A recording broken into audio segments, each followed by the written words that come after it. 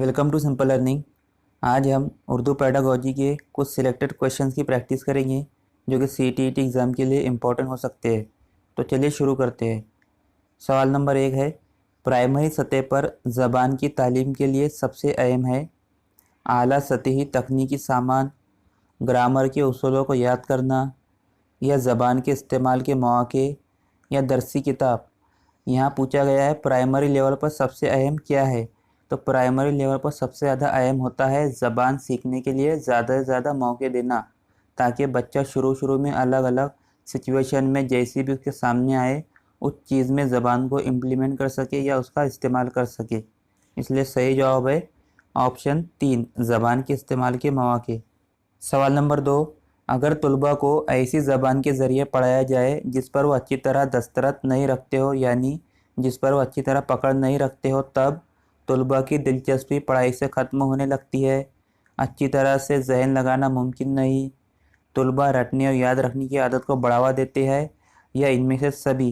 पहला ऑप्शन है तलबा की दिलचस्पी पढ़ाई से ख़त्म होने लगती है, तो ये ऑप्शन सही है।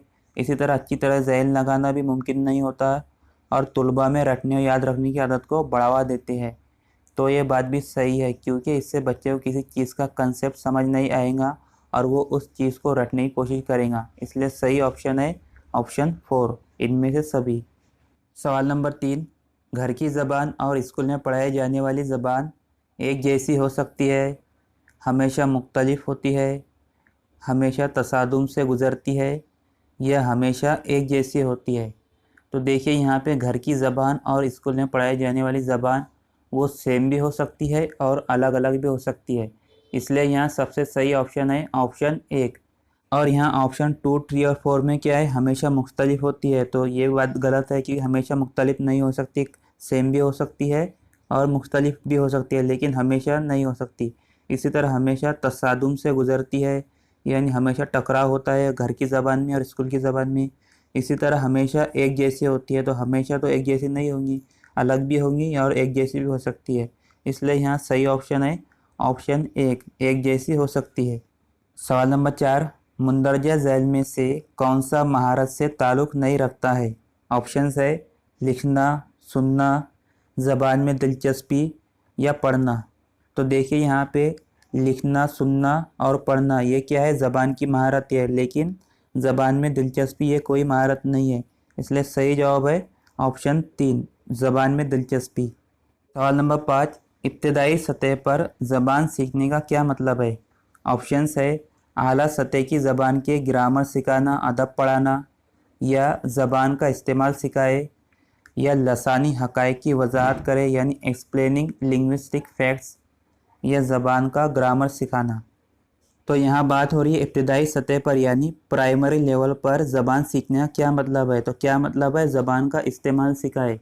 याद रखिए प्राइमरी लेवल पर कोई भी ऐसी चीज़ नहीं होती कि उच्च स्तरीय साहित्य पढ़ाए, जबकि प्राइमरी लेवल पर जो मेन फोकस होता है वो है ज़बान का इस्तेमाल, यानी किसी भी हालत में या सिचुएशन में बच्चे को ज़बान का इस्तेमाल करना आ सके और उसको इम्प्लीमेंट कर सके। इसलिए सही जवाब है ऑप्शन 2, ज़बान का इस्तेमाल सिखाए। सवाल नंबर 6, ये हकीकत है ज़बान की तरक्की पर असरअंदाज होता है इनफरादी इख्तिलाफ़ात यानी इंडिविजुअल डिफरेंसेस, तंदुरुस्ती, दानिश्वरी, या इनमें से सभी। तो देखिए यहाँ पे ज़बान की तरक्की पर क्या असरअंदाज होते हैं, इनफरादी इख्तिलाफ़ात भी असरअंदाज होते हैं।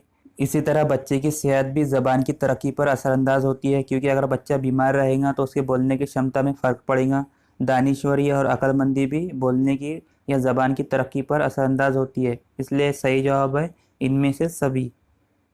सवाल नंबर 7, बच्चे स्कूल आने से पहले तमाम ज़बानें पढ़ सकते हैं, या सब कुछ लिख सकते हैं, या अपनी बोलचाल की ज़बान के तजुर्बात से लैस हो सकते हैं, या कोई भी ज़बान बोल नहीं सकते।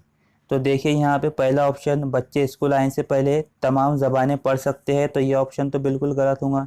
इसी तरह सब कुछ लिख सकते हैं, ये ऑप्शन भी गलत होगा। चौथा ऑप्शन है कोई भी ज़बान बोल नहीं सकते, तो ये ऑप्शन भी गलत होगा। इसलिए सही ऑप्शन क्या है, अपनी बोलचाल की ज़बान के तजुर्बात से लैस हो सकते हैं, क्योंकि बच्चे स्कूल में दाखिल होने से पहले वो अपनी बोलचाल की ज़बान यानी मादरी ज़बान में तजुर्बात से लैस होते हैं। इसलिए सही जवाब है ऑप्शन 3। सवाल नंबर 8, ज़बान के उस्ताद के तौर पर सबसे बड़ा चैलेंज क्या है? ऑप्शंस है बच्चों की ज़बान को मवासिलाती यानी कम्युनिकेशन आलात के असर से पाक रखना, ज़बान के वसाइल की कमी, कसीर लसानी क्लासरूम की तालीम के लिए मुनासिब हिकमत अमली तय करना, या बच्चों को ज़बान सीखने की अहमियत से आगाह करना। तो देखिए यहाँ पे एक ज़बान के उस्ताद के तौर पर मल्टीलिंगुअल क्लासरूम में इसके टीचिंग के लिए जब आप उचित रणनीति यानी मुनासिब हिकमत अमली बनाओगे कि आप कैसे अपनी रणनीति में बदलाव लाओगे और किस प्रकार चेंजेस लाओगे ताकि आपकी जमात में जितने भी मल्टीलिंगुअल बच्चे हैं, अलग अलग पृष्ठभूमि के बच्चे हैं, उनको किसी भी किस्म की कोई रुकावट ना आए और सबको सीखने के लिए नए नए मौके मिले। तो वो मुनासिब हिकमत अमली तय करना क्या है, सबसे मुश्किल है। इसलिए सही जवाब है ऑप्शन 3, कसीर लसानी क्लासरूम की तालीम के लिए मुनासिब हिकमत अमली तय करना। सवाल नंबर 9, जब हम किसी ज़बान को फितरी तौर पर यानी कुदरती तौर पर सीखते हैं तो यह अमल कैसे वाक़ होता है? मौसिर तरसील पर तवज्जो देके, यह कैसे कहा जा रहा है के बजाय क्या कहा जा रहा है यानी मानी पर तवज्जो मरकूज़ करके, या वालिदैन की बातें सुनकर, या अपने तौर पर पढ़कर और सीखे गए लफ्ज़ों का। तो देखिए यहाँ पे जब हम किसी भी ज़बान को फितरी तौर पर सीखते हैं तो हम देख सकते हैं कि कैसे कहा जा रहा है के बजाय क्या कहा जा रहा है यानी मानी पर तवज्जो मरकूज़ करके। इसलिए सही जवाब है ऑप्शन 2, कैसे कहा जा रहा है के बजाय क्या कहा जा रहा है पर तवज्जो मरकूज़ करके। सवाल नंबर 10, उस्ताद एक ऐसा माहौल फराहम करे जहाँ तुलबा सिखाई जाने वाली ज़बान बिला झिझक बोल सके और इसके आदी हो सके। इसके लिए बसरी मवाद यानी विजुअल मटेरियल इस्तेमाल किया जाए, या तुलबा को कोई भी ज़बान बोलनी दी जाए जो वो अच्छी तरह जानते हो, या क्लासरूम में आम बातचीत के दौरान जुमलों के इस्तेमाल पर जोर दिया जाए, या वक्फे वक्फे से तहरीर और बोलने का काम दिया जाए। तो यहाँ पे सही ऑप्शन है ऑप्शन 3, क्लासरूम में आम बातचीत के दौरान जुमलों के इस्तेमाल पर जोर दिया जाए। तो ये थे आज के कुछ इंपॉर्टेंट क्वेश्चंस। अगर वीडियो अच्छा लगे तो लाइक कीजिए, शेयर कीजिए और चैनल को सब्सक्राइब कीजिए।